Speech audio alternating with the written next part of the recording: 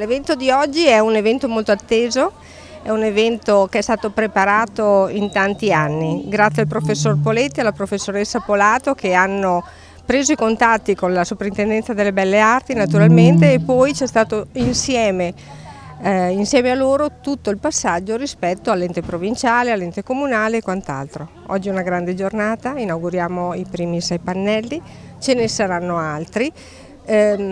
L'intento è quello di riqualificare Piazza dell'Anconetta perché c'è bisogno, ma anche di dare lustro alla nostra scuola e all'arte. È stata una bellissima esperienza lavorare qua con i professori e con i miei compagni, soprattutto perché intanto ci si mette in gioco cercando di conoscere i materiali, si conoscono anche delle persone nuove oltre all'ambiente che c'è in classe e quindi ho conosciuto nuovi amici di quinta e di quarta e soprattutto è un'esperienza formativa perché io faccio arti figurative e il mio indirizzo appunto tratta di questo. Il prof ci ha insegnato molte cose durante il corso, ad esempio a stendere l'intonaco, la tecnica dello spolvero, è stato molto interessante e mi sono divertita molto anche quest'estate.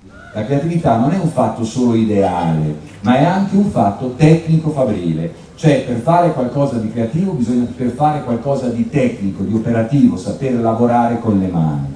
Fui considerato un grande eroe, in quanto capace di sconfiggere l'invincibile gigante Golia.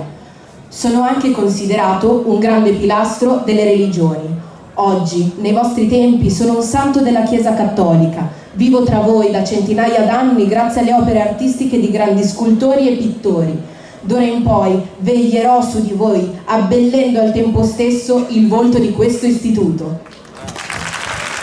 Immaginata, scolpita e modellata per commemorare la vittoria nella battaglia dell'Ermidonte. Io sono l'Anike di Samotracia, giovane dea alata, figlia del titano parlante e della ninfa Stige, lodata dai greci come la personificazione della vittoria sportiva e bellica.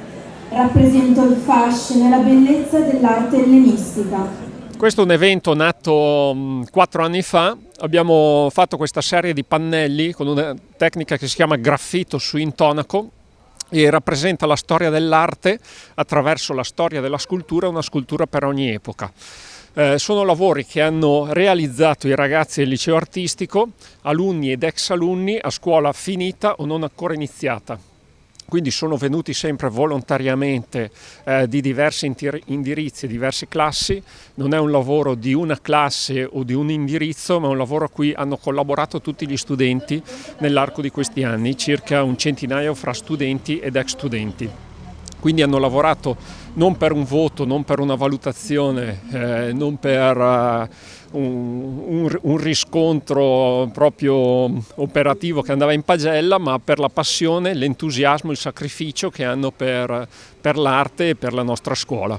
È un segno tangibile che regala il nostro liceo artistico a tutta la città.